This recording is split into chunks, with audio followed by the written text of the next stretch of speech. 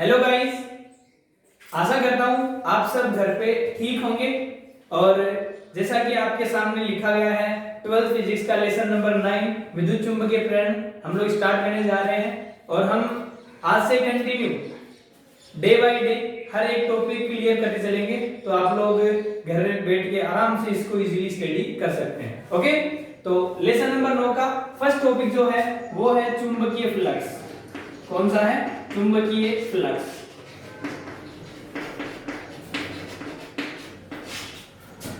Magnetic flux.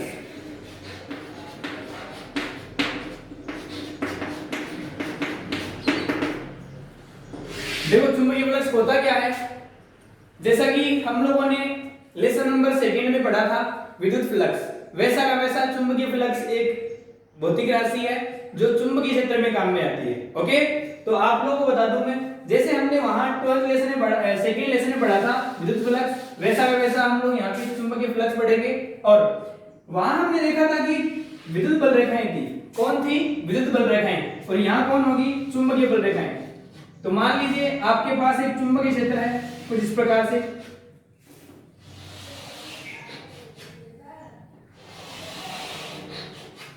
Okay. और अगर आपके पास चुंबकीय बल रेखाएं हैं तो वो चुंबकीय बल रेखाएं किसको प्रदर्शित करती हैं? चुंबकीय क्षेत्र को। तो ये मान लीजिए मेरे पास एक चुंबकीय क्षेत्र B है। ओके, अब हम लोग इसमें एक बंद पृष्ठ रखते हैं। क्या रखते हैं? बंद पृष्ठ या बंद लूप रखते हैं। ठीक है, तो आप लोग यहाँ पे एक बंद लूप रख देंगे, जैसा कि मैंने यहाँ पे रखा है।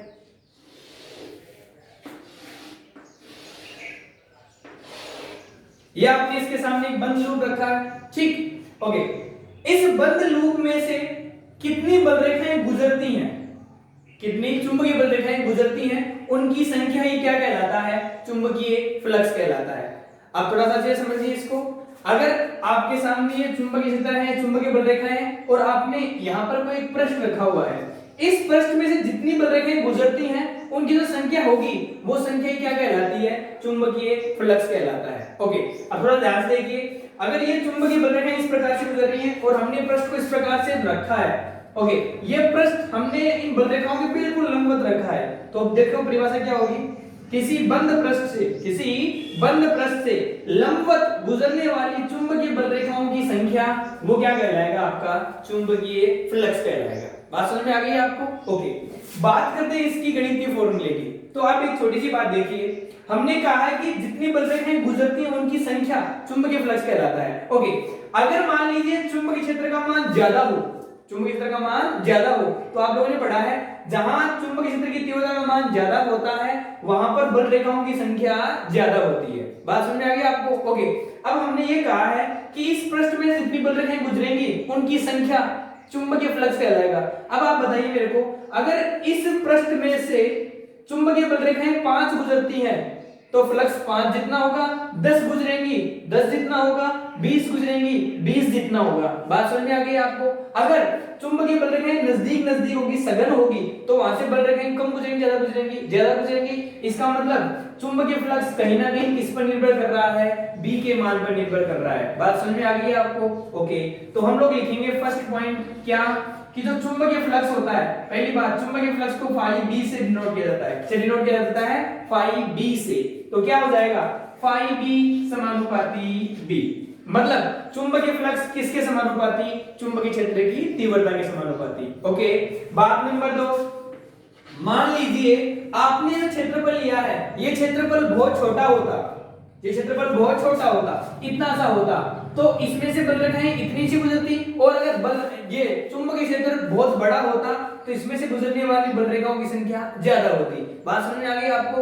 तो अगर चुंबकीय बल रेखाओं की संख्या ज्यादा होती है तो फ्लक्स का मान भी बढ़ जाता है। इसका मतलब ये हो गया कि जो फ्लक्स होता है वो कहीं ना कहीं इस बंद पृष्ठ के क्षेत्रफल पे भी निर्भर करता है। तो फाई बी समानुपाती क्या हो जाएगा? ए हो जाएगा। ओके, अब क्या इसके अलावा भी कोई राशि या कोई चीज ऐसी है जिसपे फ्लक्स निर्भर करता है? तो बिल्कुल जी हाँ, एक और है। सोचिए कौन? अगर मैं यहां पर इस पृष्ठ को ऐसे ना रखकर मैं ऐसे रख दूं, पहले मैंने पृष्ठ को ऐसे रखा, अगर इस पृष्ठ को मैं ऐसे ना रखकर, देखो हमें यहां से दिख रहा है कि चुंबकीय बल रेखाएं इसमें से गुजर रही है, अगर मैं इसको ऐसे कर दूं, धीरे धीरे ऐसे कर दूं तो आप क्या देखेंगे कि इसमें से चुंबकीय बलरेखाएं बिल्कुल नहीं गुजरेंगी। और हमें पता है बंद पृष्ठ से गुजरने वाली बलरेखाओं की संख्या कहलाती है फ्लक्स। तो यहां से तो कोई बलरेखाएं नहीं गुजरेंगी। तो बताओ ये इसकी स्थिति पर भी निर्भर करता है। और इसका मतलब ये हो गया कि इसके साथ कोई ना कोई कोण बना रहा है। क्या बना रहा है? कोई ना कोई कोण बना रहा है। तो एक बार मैं डायरेक्ट लिख देता हूं, उसके बाद हम लोग फॉर्मूला बनाते हैं। तो तीसरी बात कौन होगी?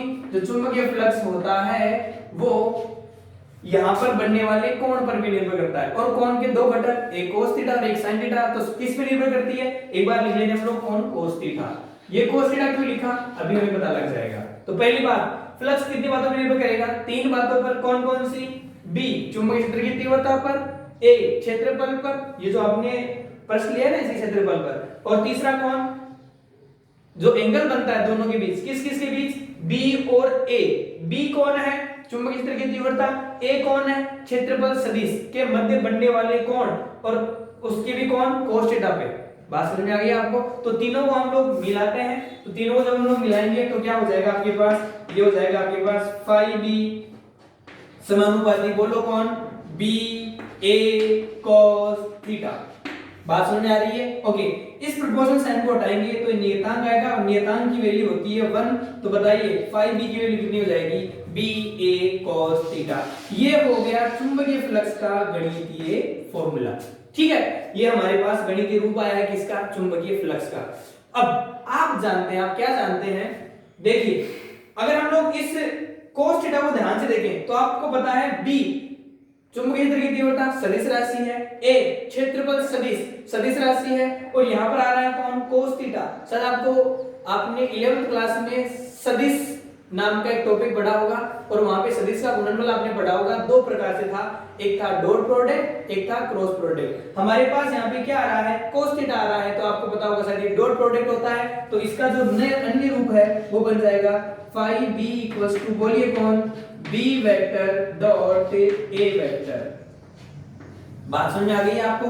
तो यहां से हमारे पास एक फॉर्मूला और बन जाता है, एक सूत्र और बन जाता है, और यहां से हम लोग एक परिभाषा और बना सकते हैं। क्या? कि किसी चुंबकीय क्षेत्र की तीव्रता और वहां जो आपने क्षेत्रफल लिया है उस क्षेत्रफल सदिश का कौन सा प्रोडक्ट अदिश गुणनफल भी किसके बराबर होता है? चुंबकीय फ्लक्स के बराबर होता है। बात समझ में आ गई? अब यहाँ पर डॉट प्रोडक्ट आ रहा है, बताइए सदिश राशि होगी अदिश राशि होगी? जी हाँ, ये अदिश राशि होगी। तो आप क्या लिखेंगे यहाँ पे? अदिश राशि होती है। ओके, अब हम लोग इसके मात्रक की बात करते हैं। ओके, तो मैं मात्रक इधर लिख देता हूं। मात्रक की बात करते हैं और मात्रक निकालते हैं हम लोग फॉर्मूले से। आ जाइए, फॉर्मूला पढ़ा हुआ है B vector dot A vector. B होता है चुंबकीय क्षेत्र की तीव्रता, ए होता है क्षेत्रफल सदिश। तो आपको पता है बी चुंबकीय क्षेत्र का मात्रक होता है टेस्ला। तो हम लोग यहाँ पे क्या लिख देंगे? टेस्ला इनटू ए क्षेत्रफल होता है, क्षेत्रफल का मात्रक होता है मीटर स्क्वायर। तो ये लीजिए कौन? Tesla into metre square. और आपको बता दूं मैं, टेस्ला इनटू मीटर स्क्वायर को हम लोग एसआई में बोलते हैं वेबर। क्या बोलते हैं? वेबर। तो आप लोग लिखेंगे यहाँ पे कौन? वेबर। वेबर को हम लोग डब्ल्यू से दिखाते हैं। ओके, तो याद रखेंगे चुंबकीय फ्लक्स का मात्रक क्या होता है? टेस्ला इनटू मीटर स्क्वायर, जिसको हम लोग क्या बोलते हैं? वेबर। ये कौन सी पद्धति की बात हो रही है? एसआई की। ओके, अगर आप लोग बात करें सीजीएस की, किसकी बात करें? सीजीएस की, तो आप जानते होंगे शायद क्या कि टेस्ला जो चुंबकीय क्षेत्र का मात्रक है वो एमके से एसआई में टेस्ला होता है, जबकि सीजीएस में होता है वो गाउस। क्या होता है? गाउस। तो आप लोग यहां लिख देंगे गाउस इनटू, यहां मीटर स्क्वायर है। अब आपको पता है मीटर स्क्वायर को हम लोग सीजीएस में बोलते हैं सेंटीमीटर। तो हम लोग क्या लिख देंगे यहाँ पे? सेंटीमीटर का स्क्वायर। ओके, तो फिर मैं इसका मात्रक क्या हो जाएगा? गाउस इनटू सेंटीमीटर स्क्वायर, जिसको हम लोग एक कॉमन नाम से बोलते हैं मैक्सवेल। क्या बोलते हैं? मैक्सवेल। ये लीजिए कौन हो जाएगा आपका? मैक्सवेल। ओके, तो हमारे पास दो मात्रक हो गए, कौन कौन सा? एसआई और सीजीएस। एसआई मात्रक कौन? वेबर, जिसको हम लोग टेस्ला इनटू मीटर स्क्वायर बोलते हैं। एक सीजीएस मात्रक हो गया मैक्सवेल, जिसको हम लोग क्या बोलते हैं? Gauss into centimetre square. Okay, यहां तक कोई डाउट किसी को? चलें आगे। ओके, अब हम निकालते हैं चुंबकीय फ्लक्स की विमा। ओके, तो सबसे पहले किसका रखेंगे? चुंबकीय क्षेत्र की, उसके बाद में रखेंगे क्षेत्रफल की। ओके, तो चलिए सबसे पहले आप चुंबकीय क्षेत्र की विमा निकालना सीखिए। आप लोगों ने शायद चुंबकीय बल पढ़ा होगा और आपने पढ़ा था उसमें F बराबर QVB। ओके, तो यहां से B बराबर क्या हो जाएगा, वो हो जाएगा F अपॉन QV। ओके, और साथ में हमने क्या लिखा है, एरिया, तो एरिया मीटर स्क्वायर हम लोग लिख देंगे। चलो विमा बनाते हैं सबसे पहले। तो सबसे पहले किसकी विमा, बल F, फोर्स की विमा क्या होती है, M1 L1 T-2। नीचे किसकी विमा, चार्ज, आवेश की विमा आप जानते होंगे A1 T1। उसके बाद में V, वेलोसिटी, वेग की विमा क्या होती है, L1 T-1। उसके बाद में ये तो किसकी आ गई, B की विमा आ गई पूरी। ओके, अब किसकी विमा लिखेंगे, A की विमा ऊपर, A एम्पियर नहीं है, क्षेत्रफल है एरिया, और एरिया होता है मीटर स्क्वायर, मीटर मतलब L की पावर 2। अब इसको कॉमन करके लिख लो, बताओ विमा क्या बन जाएगी आपके पास, वो बन जाएगी, बोलिए ऊपर कौन, M1। L देखिए ये L1 रहा, ये L1 रहा, L1 से L1 कैंसिल, बताओ क्या बन जाएगा, L2 बन जाएगा। उसके बाद में T देखिए, ये T1 -1 T1 कैंसिल हो जाएगा, ऊपर क्या बचेगा, T-2, और नीचे कौन आ रहा है, A1 ऊपर साइड क्या हो जाएगा, A-1। तो ये क्या हो जाएगी, चुंबकीय फ्लक्स की विमा। तो सबसे पहले बहुत आसान सा टॉपिक है, क्या, सबसे पहले इसकी परिभाषा लिखेंगे आप, चुंबकीय फ्लक्स की परिभाषा क्या लिखेंगे, वो लिखेंगे बंद पृष्ठ से लंबवत गुजरने वाली बल रेखाओं की संख्या क्या कहलाता है, चुंबकीय फ्लक्स कहलाता है। ओके, उसके बाद में आप लोगों को डायग्राम बना लेंगे, उसके बाद में उसका फॉर्मूला लिखेंगे, बताओ कितना, phi b a cos theta, phi b क्या हो जाएगा, b vector dot a vector, कौन सी राशि है, अदिश राशि है क्योंकि डॉट प्रोडक्ट से बनी है। उसके बाद में आप इसका बनाएंगे मात्रक, मात्रक बनेगा टेस्ला इनटू मीटर स्क्वायर, जिसको आप लोग वेबर बोलते हैं। उसके बाद में सीजीएस मात्रक, उसके बाद में विभव निकाली हमने, विमा पहले किसकी निकालेंगे, b की, उसके बाद निकालेंगे a की। तो आपको फॉर्मूला पता होगा, F बराबर QVB sin थीटा होता है, हम लोग थीटा 90 मानते हैं, F बराबर QVB, तो b इक्वल टू क्या रहेगा, F अपॉन QV। F बल है, Q चार्ज है, आवेश है, और V वेलोसिटी है। इसकी विमा रखी मैंने ये, और मीटर स्क्वायर साथ में कौन, L2। इसको सोल्व किया तो विमा आपके पास बन गई ये था आपका कौन, चुंबकीय फ्लक्स। अब एक इसके छोटे-छोटे दो एग्जांपल्स हम लोग सोल्व कर लेते हैं जो आपकी आरबीसी की बुक में दिए हुए हैं। आपकी आरबीसी की बुक में 9.1 एग्जांपल दे रखा है, उसमें क्या क्या दे रखा है, चुंबकीय क्षेत्र का मान दे रखा है और क्षेत्रफल सदिश की वैल्यू दे रखी है, और हम उसने बोला है कि यहां से फ्लक्स का मान निकालिए। तो आपको पता है फ्लक्स phi b होता है b vector dot a vector, हमें कुछ नहीं करना, दोनों का डॉट प्रोडक्ट करना है। ओके, तो वैल्यू रखिए पहले b वेक्टर की वैल्यू कितनी, 2i cap minus 2k cap into 10 की पावर -4, फिर कौन सा प्रोडक्ट, डॉट प्रोडक्ट, और a की वैल्यू बताइए कितनी, 3i cap plus jk cap plus का 2k कैप, और साथ में कौन, इनटू 10 की पावर -2।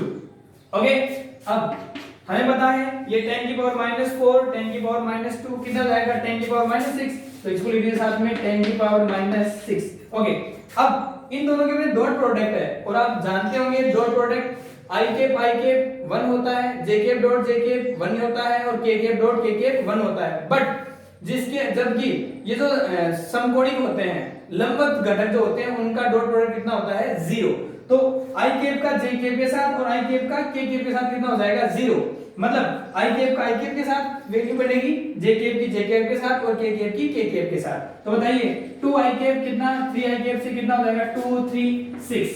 ओके, फिर -2k कैप, ये 0 ये 0 इसके साथ होगा, और 2 और 2 माइनस का 4, ये लीजिए माइनस का 4, और साथ में वैल्यू कितनी, इनटू 10 की पावर -6। ओके, सोल्व कर दीजिए इसको, तो 5b फाइनल आंसर कितना जाएगा आपका, 2 इनटू 10 की पावर -6। और आपको पता है फ्लक्स है, फ्लक्स का मात्रक कौन होता है, वेबर, तो ये लीजिए वेबर। ओके, तो ये था आपका एग्जांपल नंबर 9.1। कुछ एग्जांपल्स और हैं जो आप लोग सोल्व करना, और कोई डाउट हो तो आप लोग हमें जरूर कमेंट बॉक्स में बताना। आज की क्लास हम लोग इतना ही करेंगे, बाकी करेंगे हम लोग कल। तब तक के लिए गुड बाय, गुड लक।